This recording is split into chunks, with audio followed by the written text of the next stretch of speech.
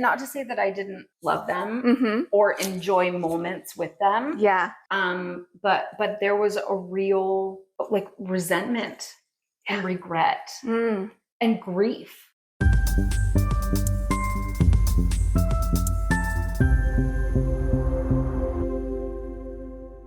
Hey everyone, thanks for joining me. My name is Reesa and I'm your host.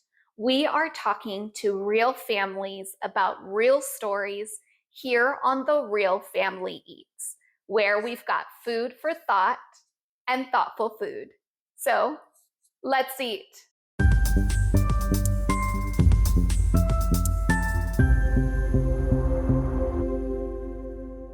Hey everyone. Okay, so my guest today is Megan. Hi Megan, thank you so much for joining us today. Thank you for having me. Yes, I'm so excited to hear about your story. We've got a very special story for everyone. And also to learn about this recipe. I have not tried this one, so I'm super excited. But before we do this, for anybody who doesn't know you, would you mind introducing yourself? Sure. So my name is Megan Cordaro. I am a mom to 5 kiddos, ages 19, 19, 17, 13, and 10, as they, you know, it's to remember them all. Yeah, you know how some kids live in your mind as like one age and it takes a while to jump to the next. So yeah. I really have to think about that. And I am currently working as a birth and postpartum doula, a parent counselor, and I run support groups down at Rock Rose Waldorf School.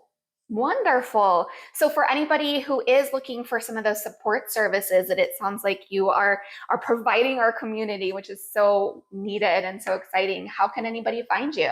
My website, okay, www.megancordaro.com. I'm sure that you'll put it. They will. Yeah. It will be underneath, hopefully in this banner that's right about here. And we'll link it in our show notes as well for anybody who's looking for some of those support services. Great. And I do parent counseling and coaching outside of the school too. Okay. So I run other parent groups that would be accessible on my website. Wonderful. That's so awesome. Okay. So tell me what recipe we're making today and why did you choose this one? Okay. So this is the most basic recipe, but I chose it because it's so easy and it's like, I would always just have all of the ingredients in my fridge. Okay. So this was one of those like, oh crap, I don't know what I'm making for dinners, which when the kids are little happened a lot. And luckily this was one of those things that the kids always ate. Like, really? Okay. They were never like, oh, we have to have that again. Like everybody always was like, oh yay, harvest grains. Yeah. So it's very easy. It's not fancy at all, but I knew that this is one of my recipes that I share with a lot of my families because it's so easy. Yeah, and it sounds like super nutritious stuff. Just, you know, make sure their bellies are full, which as you mentioned, especially in that kind of survival stage of parenting, that's kind of what you need. You just need something, like you said, I can put it on. I already have kind of all the ingredients. I'm not having to go out and make an extra trip, especially with a full load of kids. You know, that's a task in itself. It's a lot. And my husband's a firefighter. Okay. So he was gone a lot. So sometimes he'd be gone for like 3 or 4 days at a time. So it was like, this was the easy, like this was literally once a week. This would be made. Perfect. Yeah. Okay. So, if you could tell me kind of the steps, what are we going to be doing? I can get things started while we chat a little bit about your story. Sure. It's very easy. Heat up the chicken broth. Okay. And I put a little bit of butter in there as well, just for flavor, make it like a little bit more richer. You could put another type of oil in too if you're dairy free. The other thing about this recipe that's great is you can do a lot of different things with it. You could do vegetable broth instead of chicken broth. Okay. Some kind of oil, like if you're vegetarian. At different stages when I was pregnant, I often gave up dairy. Okay. And I was messed with this a lot and it was always still really good. So you're going to heat the chicken broth, put some sort of oil or something else in there. Okay. And then once all that comes to a boil, you put in the serving of harvest grains with the vegetables. Another great thing, you put whatever vegetables you have on hand. Okay. My favorites were always like corn and peas and broccoli, but like if I had frozen green beans or like whatever frozen vegetable I had, or like, you know, half the bag, I hadn't used it or something, I would just throw that in. Perfect. And then it all just cooks. Okay. Until it's done. Okay.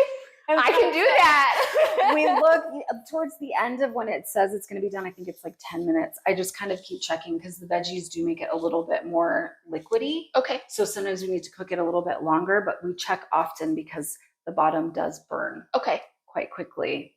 Good to know. Which is also fine. Yeah. Because then the bottom is just discarded and the rest of it's still good. There Another you go. reason this was a very good and easy recipe. Yeah, or you get it a little crispy, it's just it's for crunch. The crispy bits. Yeah. I love it. Okay, so I'll get this stuff going, and I'll make sure to get it to that boil, and then we'll get going. Cool. I know one of the things that we wanted to chat about, I specifically asked if you could chat about, was the fact that you have a little bit of a unique kind of outside parenting journey, especially with your first kiddos. Mm-hmm. And that's something, even though it's unique in the sense that it's not a widely publicized kind of everyone has the same journey. It's one that actually a lot of my parents relate to. Mm-hmm. And so I would love for you to kind of chat a little bit. Can you kind of set the stage for us and share for me kind of what that was like? Of course. Yeah. So, a little bit of backstory. I was getting my master's degree in social work, mm-hmm. Really trying to like plan everything out. My husband really wanted kids and I was like, no, I want to finish my degree. So I said, fine, we could start trying right before I started my second year. Okay. Thinking that if I got pregnant, I would have the babies right as I graduated. Mm-hmm. Everything's good, right? I have my degree, I'll start my hours, everything will be great. And I'll just have the baby that we wanted too. Do it all, right? I mean, I feel like that's how so many of us start out. Right? We're like, yeah, we can make this plan. I can totally do it. Yeah. You have a baby, your life changes, but it's great. It's mm-hmm. just like an easy, wonderful addition. And it's like your love just grows and everything's beautiful and happy with the baby. Yeah.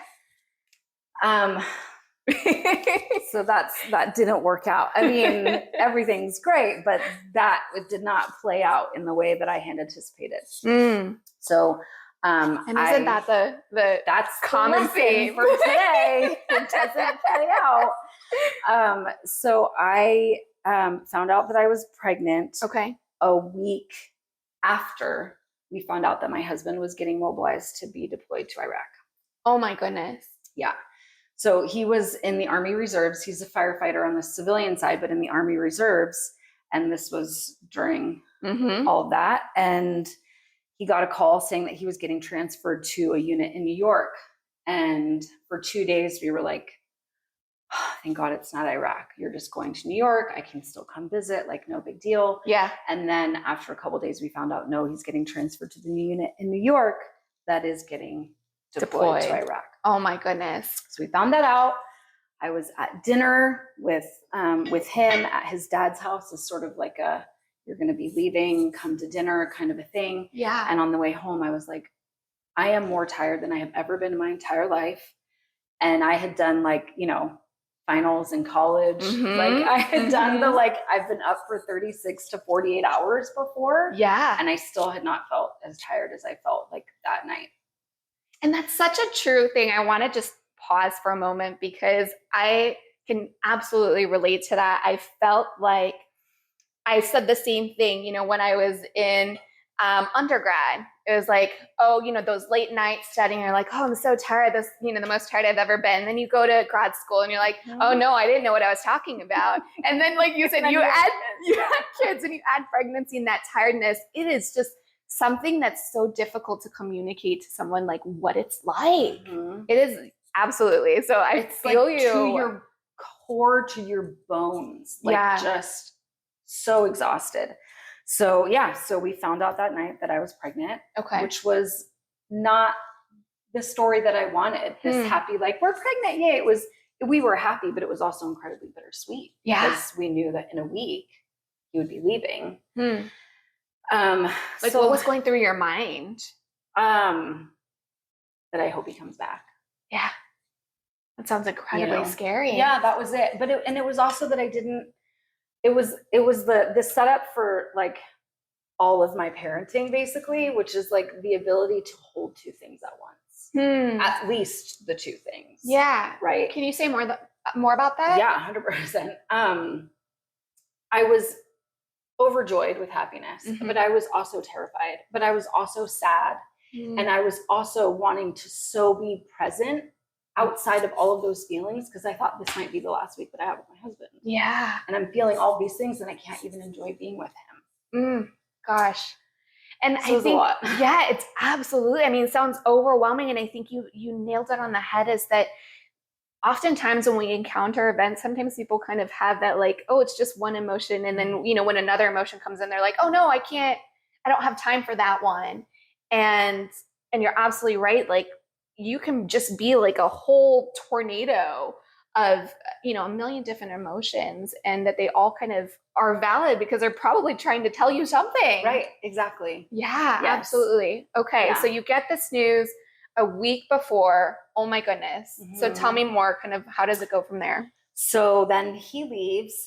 I was living nearby his family, which I had become very close with. So I spent a lot of time with them, but I was also in grad school, driving an hour up to grad school. So I had a lot of time in the car. Wow. Yeah. We had moved. Those are scary times. Over that summer, we had moved down, farther away, but I was only going to school, I think 2 days out of the week. And, you know, at my internship, like the other 3 days, which wasn't quite as far as going up to school. So anyway, so I was busy. But I was feeling a lot of cramping and pain. Okay. And I was certain that I was losing the baby. Oh, wow. I was able to go visit him before he shipped out in Indiana for just a couple days. So it was after I had been to visit him that I came back, and I was just feeling a lot of sensations. And I would call and they would say, it's normal to have some cramping and everything, you know, it's fine. Just wait till your next appointment. Okay. Another lesson, for like the beginning of many lessons, that you really need to stand up for yourself. You know, I've heard several parents now say that exact same thing. And I would love to know kind of your perspective on why that is so important, and maybe what for you was kind of your barrier, your struggle for, as you mentioned, kind of standing up for yourself. Yeah. I mean, I feel like this could be a whole other like hour and a half podcast because I am a doula. And so I do, like, in that medical space, there's a lot of work that I do with my clients to empower them to speak up for themselves. Okay. And I think it's interesting because my husband's a firefighter, so I hear a lot of his stories from like the medical side, like from that perspective. Yeah. People get burned out. People say things a lot of times, and there's nothing to back it up, right? Like, people will say, like, you know, my pain is at a 10 right now, but they're saying it like that. And he says to people, you know, just so you know, if your pain was at a 10, like, you would be screaming, like, you know. Yeah. So do you want to adjust your pain scale, kind of thing? So I understand where the medical side is coming from. Yeah. At the same time, even more so, that's why we need to speak up for ourselves. The medical space or whatever, because only we know our bodies, and only we know our experience. And whether everybody else in the room has had that experience and they're having a different reaction doesn't make a difference to you. It's your reaction, and it's your body, and it's your feelings, and they deserve to be heard. Yeah. And so I kept calling. Okay. Because I was like, I am not comfortable. Yeah. I do not feel like, I feel like something is wrong. And I really need to come in. Yeah. And they finally said, okay, fine, you can come in. Wow. And that's so hard, especially as a first-time parent. And I finally explained to them when I got in, I said, look, my husband's deployed right now. Yeah. I am alone in this, and I am having all of these thoughts, and I just really need somebody to reassure me, or not, of what's going on. But I really just need to check in and figure out what's going on. Yeah. And that was the one appointment that I went to, because it was last minute, that my mother-in-law did not come with me on.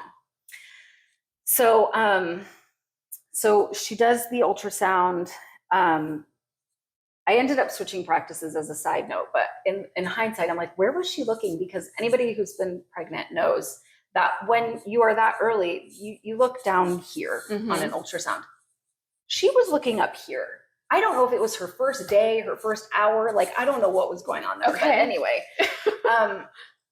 so she said, I can't find a heartbeat.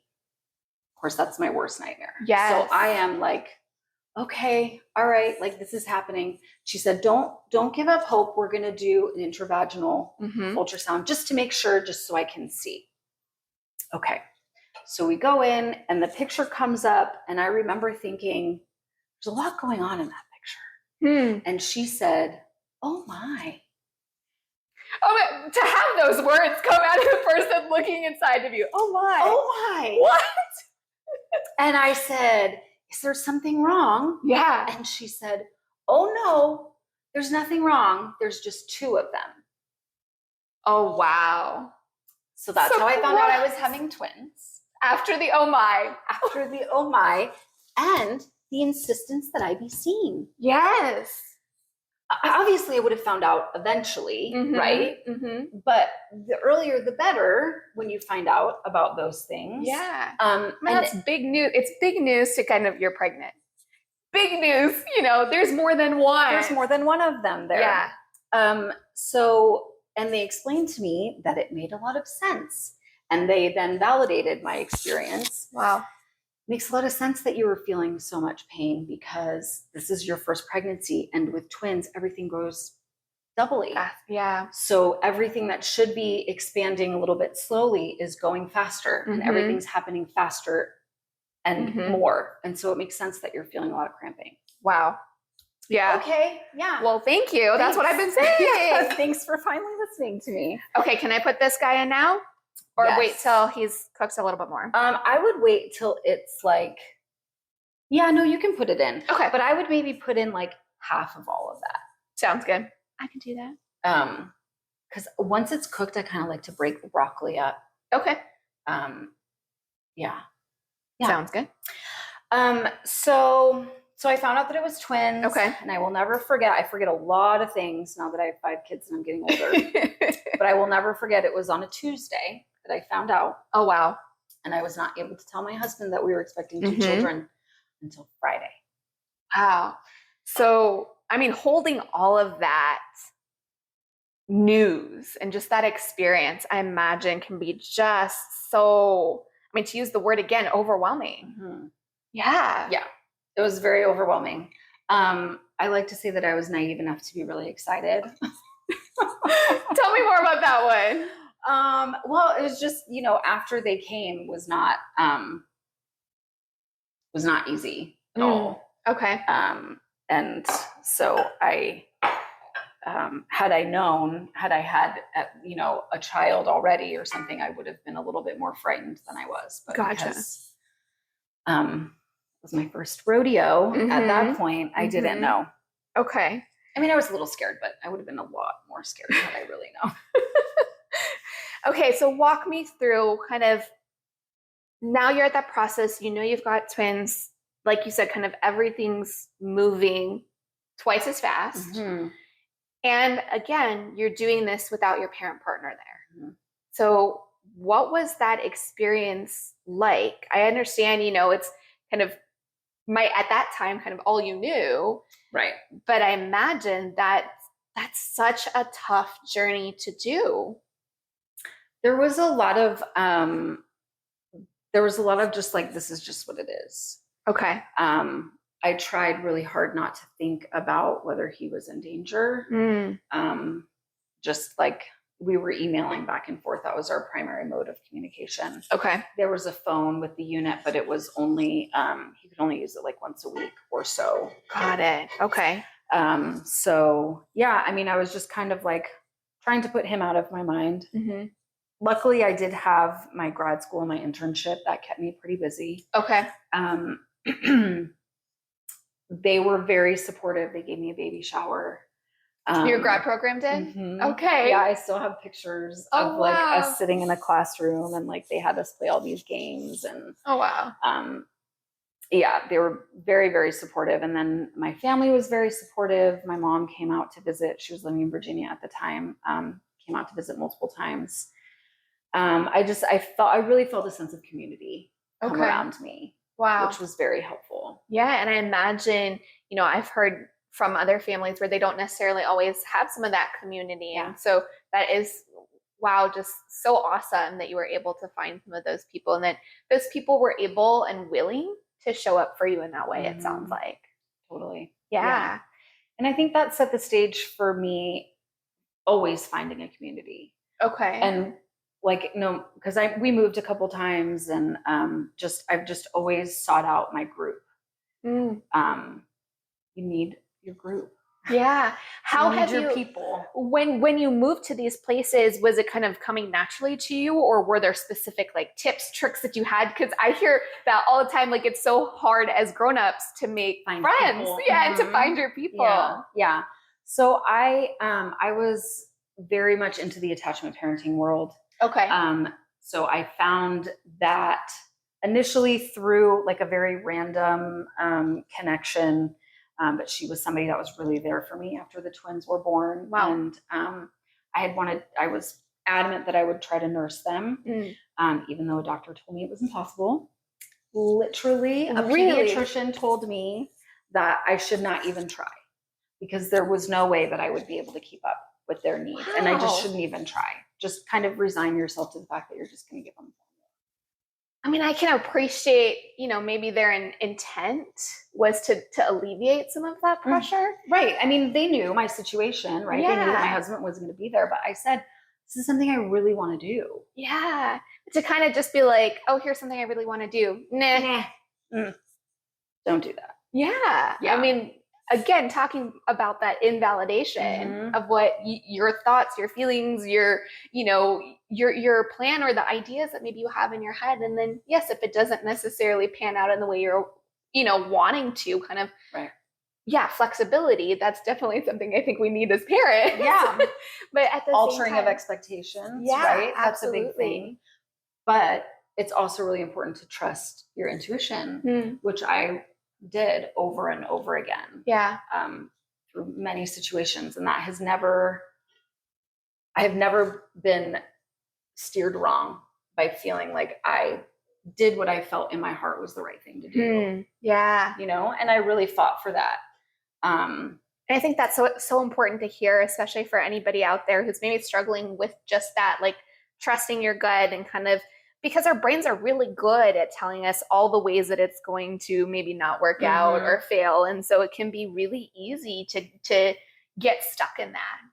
And so to kind of hear you say that, at least in your experience firsthand, trusting your gut has really kind of been an asset to you, it sounds like. Yeah.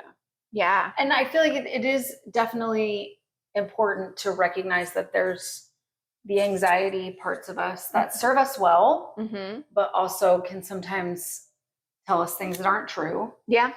And there's our intuition part. And there is some crossover there sometimes, but trying to have spaces where we're quiet, where we can really just kind of like try and go in and figure out like what is my gut telling me outside of the fear and outside of the big thing of the other people's expectations.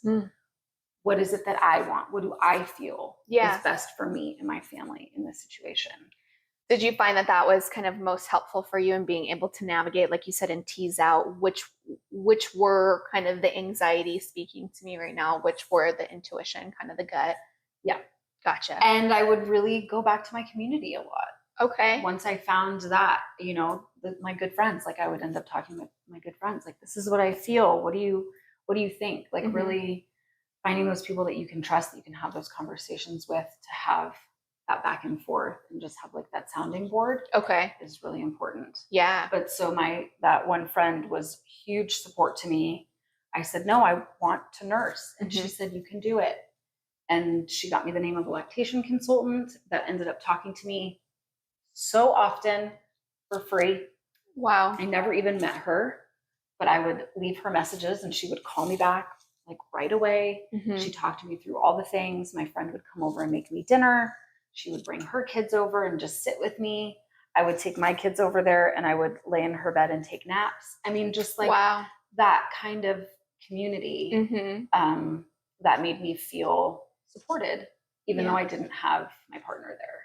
Yeah. Absolutely. And I think, again, for, if you're a parent supporter out there, I think that that's such valuable information of ways to be able to show up for these people in your life in a capacity that maybe they actually could really appreciate and need, versus, like you said, maybe some of those people that are coming in thinking they know better. So I'm going to do the things that, I think I should be doing, which it sounds like in your experience, it was, what do you need and how can I kind of help you in that way? Right. Yeah. And I talk with my postpartum clients a lot about that. Even my birth doula clients, like, whatever you think you may need, be ready for it to change.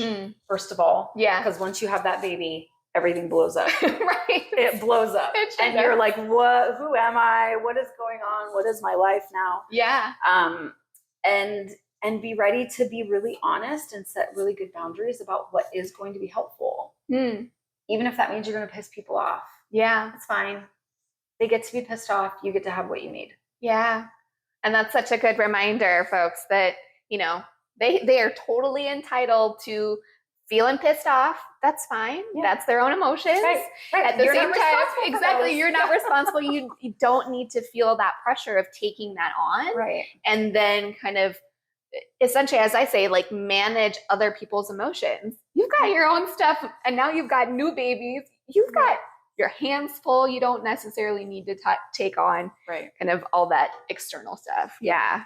Yeah, I'll never forget my mother-in-law, who I adored and has passed.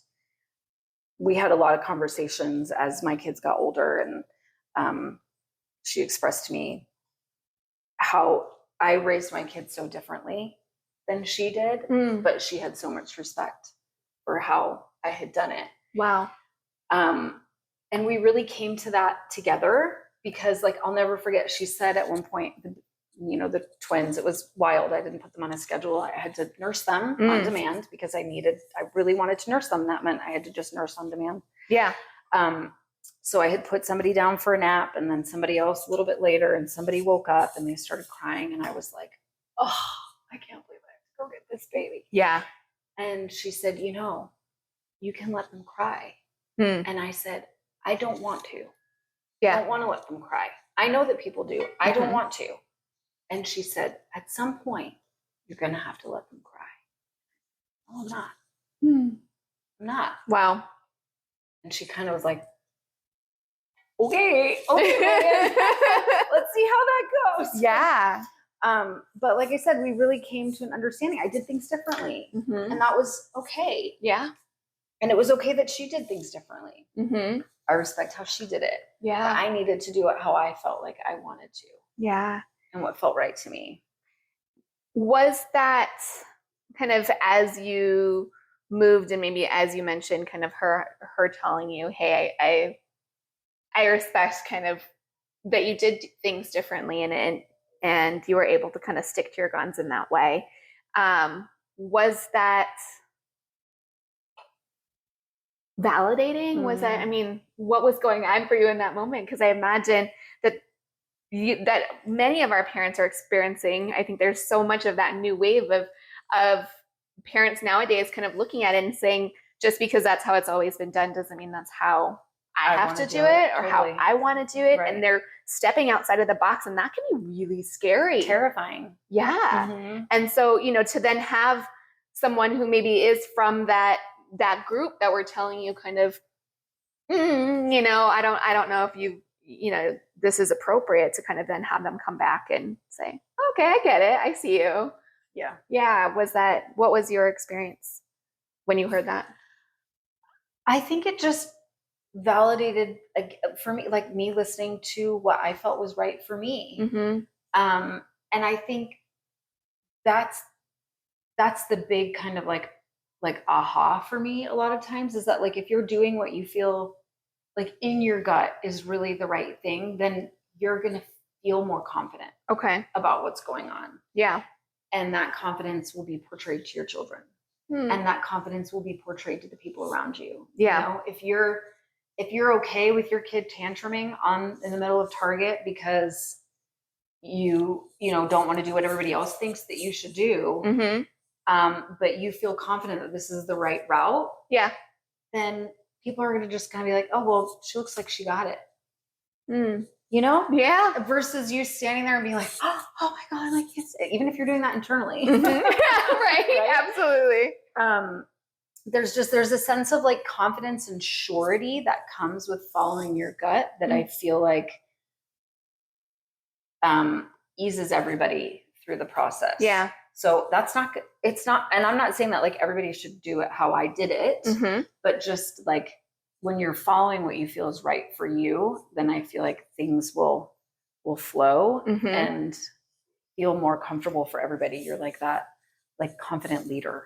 And it sounds like for you kind of being able to do that, like you said, trust yourself, that it was coming from a place of figuring out what your values were and really kind of doing that value-driven life and kind of plan, if you will, and finding the confidence in that to be able to stand on your 2 feet despite kind of all the naysayers, right? And say, hey, I'm gonna give this a try, and I'm gonna give it a try because it aligns with the things that are super important to me, super valuable as far as like my morals, my beliefs, etc. Exactly. Yeah. And that's actually not to like plug the business, but that is something that I really want for the parents that I work with, and something that we talk about is being intentional. Okay. And like kind of setting your values and imagining what you want for your child in 20 years because you're growing a person. Yeah. You're building a human. You're not like,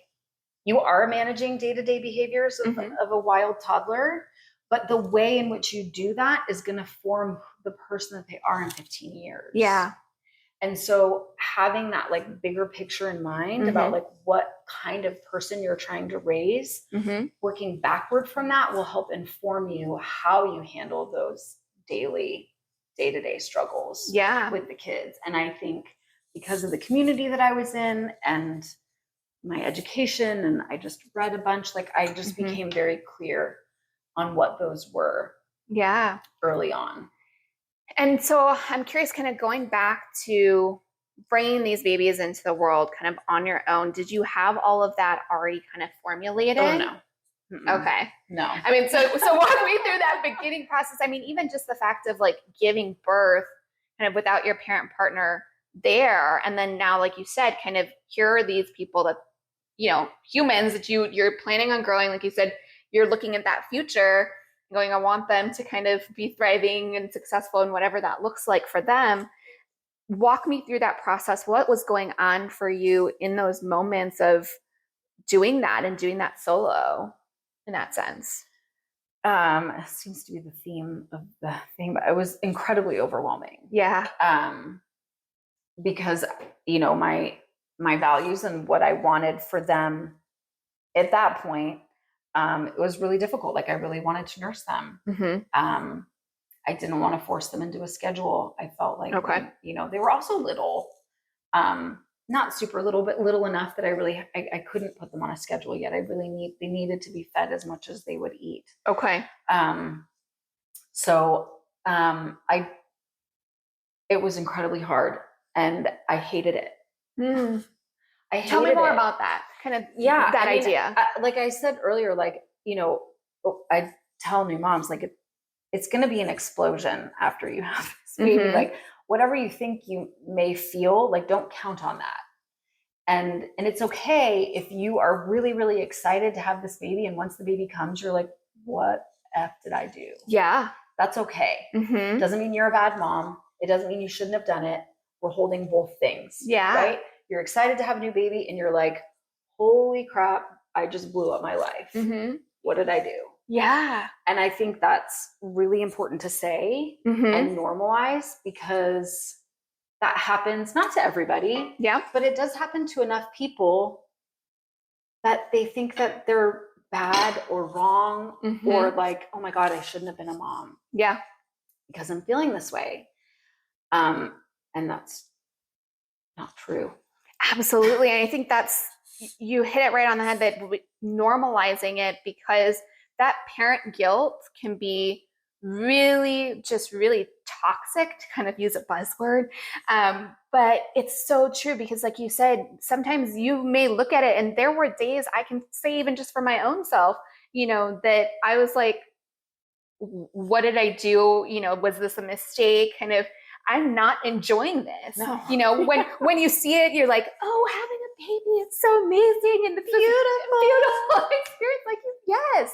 And then, so then when you're feeling anything but that, like you said, it can feel incredibly lonely to sit in that and feel like, well, what's wrong with me as a person? Right. It must be me. Right. I wanted this. Yeah. I asked for this, and here they are, and I hate them. Mm-hmm.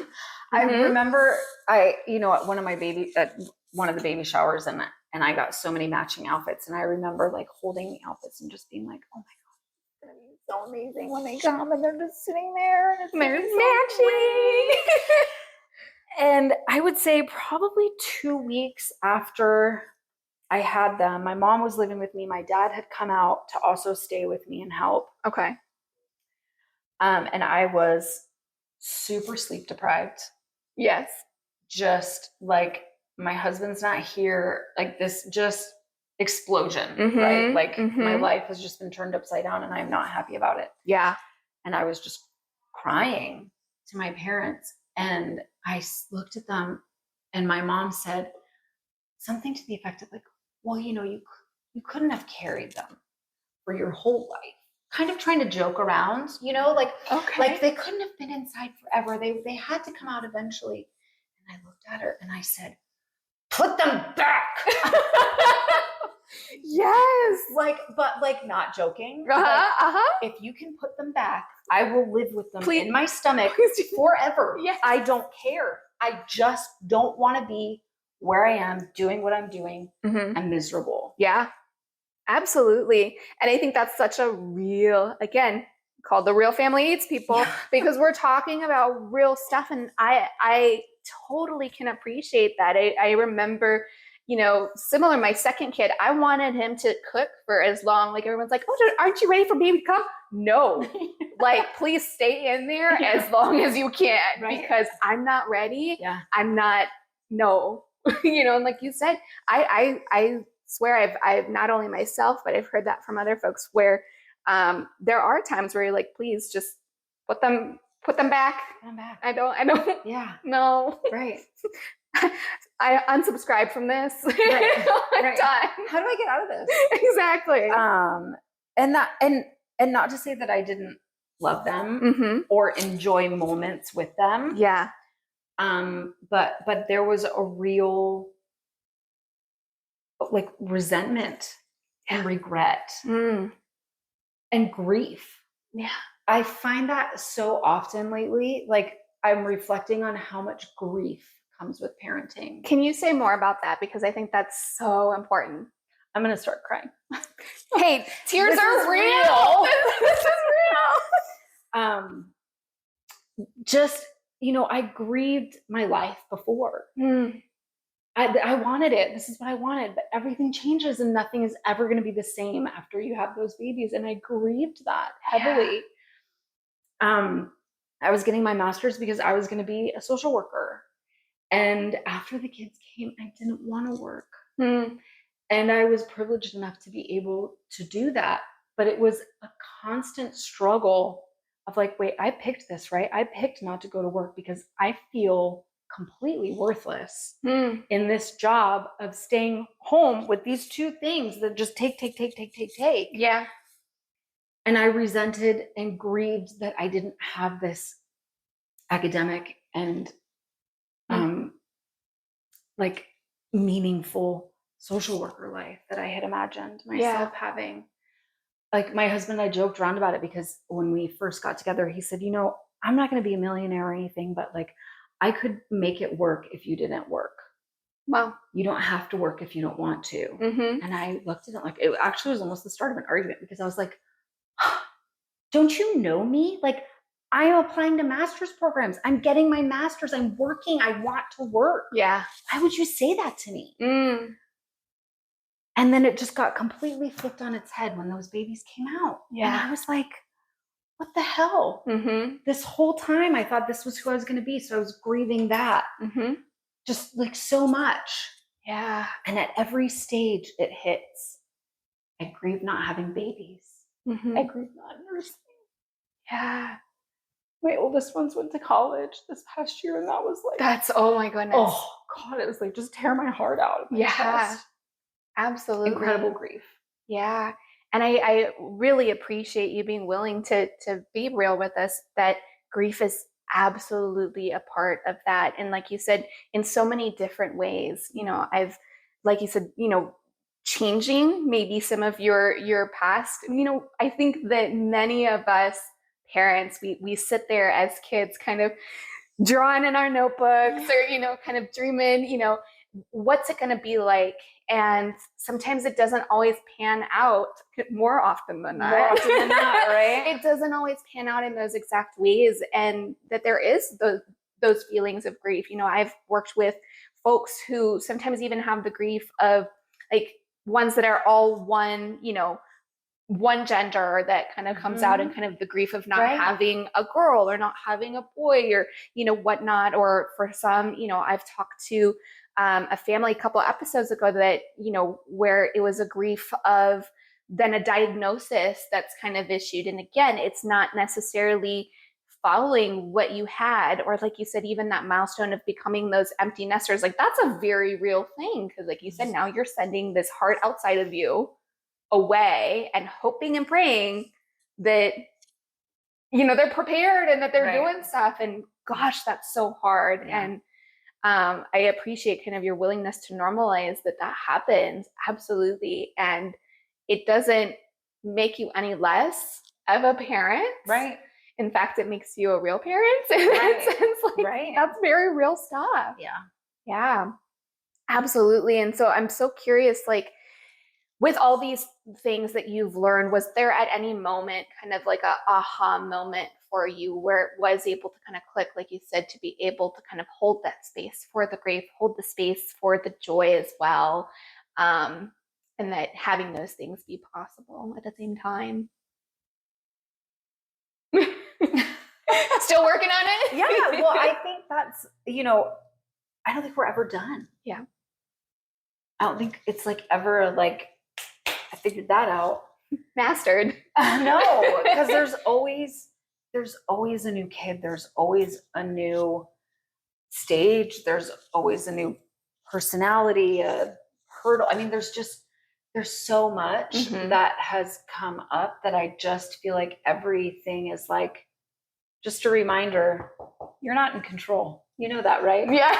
You know that, right? Putting in your place. You think you have control? Here you go. Yeah. Here, let this happen. Just a reminder. Yeah. And I think that if anything, the aha moment is like, I'm not in control. And and it's never done. Yeah. I'm not in control of this whole process. They're going to go out and, live their lives, and I'm not in control of that. And they're going to come to me with things still. And I'm still going to have to hold all of these emotions of grief and love and sadness and joy. And it's never going to end. Yeah. Is that scary? I mean, just that thought of it's never going to end. I think where I've gotten to now is the acceptance of those things. The realization, the acceptance that this is the journey. Yeah. It's never the same again. It's just going to keep growing and changing. And I just have to keep changing and growing with it. Yeah. It's really the only option. And it sounds like, kind of going back to something you said earlier, finding those ways to stay present in that moment, to be able to say, it is what it is. These are things, like you said, that are out of my control. What are the things that I can control? And some of that is our perspective. Some of that is your work to be able to stay present and say, you know what, I'm going to do my darndest to be able to show up, not just physically, but mentally, emotionally, and kind of be there. Yeah. That's, gosh, an incredible story, an incredible journey. I mean, looking back now, I know you've got tons of research kind of on your or resources rather on your website that you offer, but is there anything else that you found kind of along the lines that would be helpful for any of our parents that maybe are in a similar situation as you have been? I think just reaching out and trying to find your community, whatever that looks like. find something that interests you and then connect with people who that also interests them, parenting related or not. Okay. For my thing, a lot of it ended up being attachment parenting, but I crochet and I knit. And there was a period of time where I was going to a knitting store up in Murrieta, and it was like once a week I would sit with ladies that were probably like 40 years my senior. Okay. And it was like my favorite part of the week. Wow. Because I heard them talking about their kids, and I heard them they were at a different phase and they were okay. Yeah. So it's like light at the end of the tunnel. Perspective. Yeah. Just like anything that just feeds your cup and feeds your soul. Yeah. To just help you get back to those values and just to keep kind of like pulling you back to wherever your center is so that you can be there and try and be present. And it sounds like being able to also maybe give yourself the okay to invest in yourself, that it doesn't always have to be kind of kid. Totally. Yeah. It's so easy to lose yourself. And I have lost myself multiple times after multiple pregnancies. But you just have to work to, find yourself again. Yeah. In different activities. And even like I, see posts on Facebook sometimes like, I'm so introverted and I definitely have an extroverted side to me. So I feel for that person who feels like, God, it's like agony to reach out to somebody. Like, I get it, but find like a group of introverts. Yeah. Find people who enjoy movies, like go to the movies together or something. So you don't have to like talk a lot, or just find something to connect with online, in person, like anything. Just find a way to connect with other people. Because that human connection is what really like drives your ability to like just keep going. Yeah. And it's so needed. We are not meant to survive in parenting alone. Oh no. I think there would be a lot lower population if we tried to do that. I know. Yeah. Yes. All right. So am I good? Is there anything else? I've mixed it all up. It looks pretty well cooked. Yeah. I think that looks great. Okay. And then you add like on the top a little bit of feta. Okay. Perfect. And then I just serve it that way? You just serve it that way, like in a big like goulashy. Love it. Blob. Okay. Well, this looks and it smells yummy. So thank you so much for being willing to. Do I mix it in or just leave it on top? I kind of like to leave it on top. Okay, I can do that. I don't know. Somehow the kids always like liked it, and if you mix it in, sometimes it like melts a little bit. You can't see it as much. Okay, so we want to let them know that there's something else in there. It's not just the goulash. I can appreciate that. Well, thank you so much for being willing to share this recipe with us and our listeners, and also being willing to share part of your story and really helping with that cause of pulling back that curtain, normalizing, like you said, kind of all of these difficulties that come up with parenting that we don't talk about enough, in my opinion. Sure. And it's really doing us a disservice. 100%. Yes. Yeah. So thank you so much for being willing to do this today. Absolutely. Thank you for having me. Yes. Thank you all so much for listening. We'll see you next time. If you or anyone that you know is struggling with any of the topics that we discussed in today's episode, make sure to check out our show notes for support and resources. You can get help. Thanks again for joining us on today's episode of The Real Family Eats. If you're a parent ready to share your real life parenting story, make sure to reach out to us in our website found in the show notes. And that goes for today's recipe, social medias, support, and resources. All of that can be found in our show notes. So make sure to check them out. And make sure to follow, like, share, subscribe, and stay up to date on all things The Real Family Eats. I hope you'll join us next time for more food for thought and thoughtful food. Enjoy your eats.